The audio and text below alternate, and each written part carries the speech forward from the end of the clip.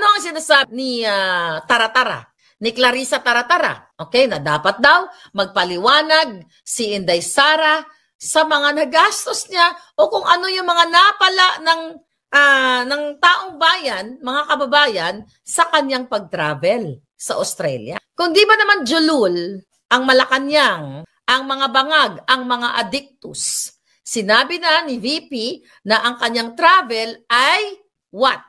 Personal niyang gastos. Ito ay private dahil gusto niyang makapiling ang mga what? Ang mga OFW. Ito ay personal niyang plan or initiative at ito ay hindi ito official. Kumbaga hindi siya under the office of the Vice President, kundi ito ay personal niyang gastos mula sa hotel, pamasahe, and everything. At hindi ito ay galing sa opisina ng Vice President. At hindi ito nga official travel. Di ba? Dahil sinabi nga ni Inday, ay salamuha o makikipagkumustahan siya sa mga Pilipino sa Australia. Ngayon, ang ginagawa ng Bangag Administration, kailangan daw ay what? Magpaliwanag si Inday Sara, di ba? Mga ganito-ganyan. Kasi nililis nila, tinitwist nila yung ginagawang kadyutahan ng Office of the Bangag President sa kanyang mga travel. Hindi nga ito official travel, mga kababayan. Gusto niyang makasama dahil inimbita siya doon. Pareho kaming inimbita, di ba? Pareho kaming imbitado doon sa Melbourne na yon. So meaning, kung hindi ito official travel under the Office of the Vice President, ang ginastos ni Inday Sara, which napailiwanag niya na, ay kanyang personal na pera. Hindi ito pinondohan ng gobyerno. Maliwanag yan sa sikat ng araw. Ulitin natin, pagkain, pamasahe at iba pa, di ba? Ito ay galing sa bulsa. Ngayon kinu-question nila, bakit daw ginagamit ni Inday Sara yung Office of the Vice President Facebook page para dito sa sa event na to, kung hindi daw ito ay ginastusan ng Office of the Vice President. Sabi nitong Taratara at sabi ni Lisa Tanas. You know, when I say sabi ni Lisa Tanas, dahil ang nagkukumpas dyan kay Taratara ay ang Office of Lisa Tanas and the Bangag. Bakit ginagamit itong Office of the Vice President Facebook na ito? Siyempre, mga kababayan, Vice President si Inday, that's for transparency, para ipakita sa taong bayan yung kanyang public engagement. Right?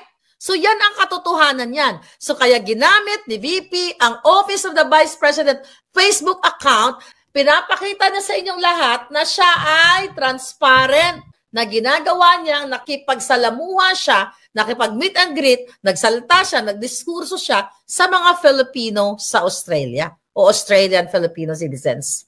Yun po ang ganyang klaseng pagiging transparent ng isang Vice President, meaning, mga kababayan, open siya for public scrutiny at ito ay hindi lamang pansarili niyang interest.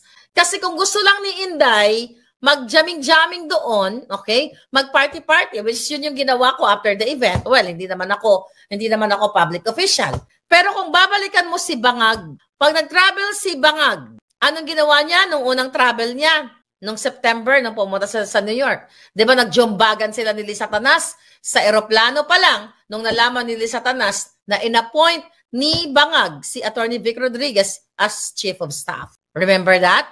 Ngayon, pag nagta-travel si Bangag, nung nagpatago, papunta Singapore, right? Yung Formula 1. Mamaya pag-usapan natin kung ikumpara natin yung expenses ng Office of the President, yung mga entourage nila and everything. Di ba? Yung mga entourage nila, may mga namatay, may namatay pa. Di ba? Entourage ng First Lady Lisa Tanas. May namatay dito sa Beverly Hills. Kapag nag-travel si Bangag, loaded sila ng pulburon. Si Inday ba loaded ng pulburon? Nung nag-travel si Bangag, na sinasabi niya, di ba, noong 2022, 2023, in the past na nag-travel siya, para daw siya ay makakuha ng mga investors. Di ba? Nakakuha ba tayo ng mga investors? Umunlad ba ang Pilipinas sa ginawang pagbiyahe-biyahe ni Bangag? Ngayon, ang private engagement ni Inday Sara dito sa mga Pilipino sa abroad ay ginagawa nilang issue kahit na ni isang sentimo walang ginastos ang Office of the Vice President o ang kaban ng bayan. Ngayon, ano pa ang pwede nilang ibato? Okay? Pinaliwanag na ni Inday. Ito ay what?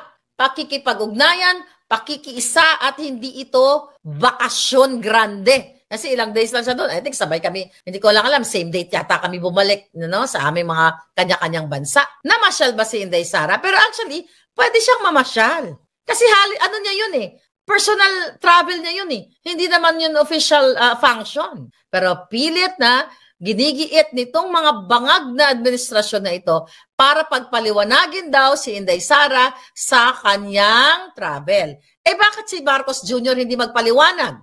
Kung ilang pulburan ang mga tinitira niya kapag nagtatravel siya. Ilang alak ang nilalaklak nila ni Lisa Tanas, 10 ng mga kampo nila. Diba? At bilang Vice President at anak ng dating Pangulong Duterte, ipinapakita lamang ni Inday Sara yung kanyang maaring obligasyon sa mga taong bayan. I think it's obligation, right? Para ipakita niya ang kanyang suporta sa mga Pilipinong sumusuporta sa kanyang tatay. Diba?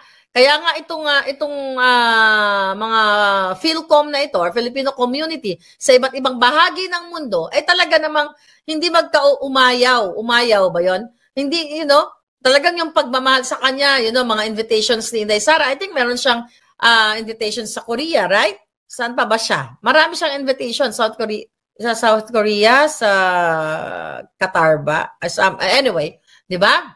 Ngayon, mga kababayan, wala na silang maibato dahil gusto nga nilang durugin si Inday. Diba? Gusto nga nilang i-impeach. Na supposedly, basura na yung impeachment na yan. Dahil 20th Congress na. Pero ginigiit pa rin. Sino nagigiit dyan? Si Lisa Tanas at si Bangag. Sinabi ko na yun sa expose ko dahil gusto nilang manatili sa pwesto hanggang forever. Diba? In-expose natin yan na gusto nila magpresidente si Tambaluslos sa 2028. Wala namang kaamor-amor ang tao kay Tambaluslos. Paano man mananalo yan? So the ultimate goal nila ay gurgurin si Inday Sara sa pamamagitan ng paninira nila at dyan sa impeachment na yan ng mga kasinungalingan na mga pagbabato sa kay Inday Sara, mga palangga. Anong gagawin natin ngayon? Puro kasinungalingan ang kanilang sinasabi laban kay Inday Sara sa mga travel na yan. Ngayon, sabi ko nga, hindi ito official function, pero si Bangag ang kanyang mga travel kasama ang mga pokokita, kasama ang mga bigatla, alpotera, lahat, tsuktsakchenes. Pag umuwi sila sa Pilipinas, may dala silang mga crates, may dala silang mga malalaking boxes na mga pinamili or I don't know kung anong mga dala, hindi natin alam. Dahil syempre, pwede silang magdala ng pangsinghot or anything kasi nga bilang isang presidente, si Bangag ay may immunity. So, he can carry kahit singhot niya, supply niya, o kung ano pa man. Pero si Inday Sara na personal ang kanyang ginastos dito sa Australia na ito at sa mga travel niya, pag binisita ang tatay niya, ay talagang gustong gibain ng mga Bangag pero hindi naman sila magwawagi. Ginagawa lang ni Inday sa mga OFW at sa mga Filipino abroad kasi alam ko hindi talaga kayo mahindian. Dahil sobrang daming nagmamahal sa kanya. Palibhasa si Bangag Jr. ay walang nagmamahal sa kanya katulad ng pagmamahal sa mga Duterte. Kaya hindi naman kailangan ni Inday itago yung biyahe niya. Di ba si Bangag, nung pumunta sa Formula 1, nagtago. Ilan ba ang mga biyahe ni Bangag na itinatago niya na hindi nyo alam? Hindi natin alam. Kasi itinatago nga ng mga hudas. Yung pag-imbita ni Bangag Jr. noong January 2023 dito sa mga mga journalist o mga prostitute doon sa Malacanang. Remember that? Tinanong doon kung magkano yung expenses ni Marcos Jr. sa kanyang mga travel. Diba? At ang sabi niya noon, ito ang kanyang pagta-travel ay para makainganyo ng mga investors. Now what, mga kababayan? Makakainganyo ba siya talaga ng investors? Gumanda ba ang buhay ninyo? Anong napala nyo noong 2022 nung nag-travel si Bangag? 403 million pera ninyo. Nagkaroon ba ng ROI to? Ano ang return of investment ng pagta-travel ni Bangag? Wala. Dahil ang ginagawa nila, pumupunta sa ibang bansa para dalhin ang mga pera nyo, pera ng taong bayan na ninakaw nila. 2023, okay? Up to this date, tinignan natin sa website, yung government website, walang report actually kung magkano ginastos ni Bangag noong 2023. Tapos the nerve, natatanungin si Inday Sara sa kanyang private travel kung magkano nagastos. Pero 2023 hanggang ngayon hindi ba ipiliwanag ni Bangag kung magkano ang total niyang ginastos. Although noong 2024 nakalagay dito ang kanyang ang kanyang budget ay 1.148 billion. 1 billion and 148 million pesos ang ginastos niya sa kanyang travel in 2024. Tapos si Inday ay pupunteryahin ng mga wayawa na ito. Well, alam na natin, actually, nakapagod na nga lang, di ba? Then 2025, magkano ang budget ni Bangag? Another more than 1 billion. Itong 2025. Tapos, ang budget ni Inday magkano lang? 42 million. Then 2024, 62 million. Then yung proposed 2025 is 62 million. Pero tandaan ninyo, si Inday Sara, kapag nagta-travel siya, nagdadala siya ng mga estudyante, yung mga batang estudyante. Remember that? Nagdadala siya ng mga like high school or elementary na sumama sa kanya, yung mga deserving students na sumama sa kanyang travel para at young age makita ng batang ito kung paano mag-work, kung paano ito mga travel visit na ito ng isang vice president. Pero, ang expenses niya hindi billion. Di ba? Wala pa kang 100 million. Pero, mga kababayan, si Bangag, billion-billion.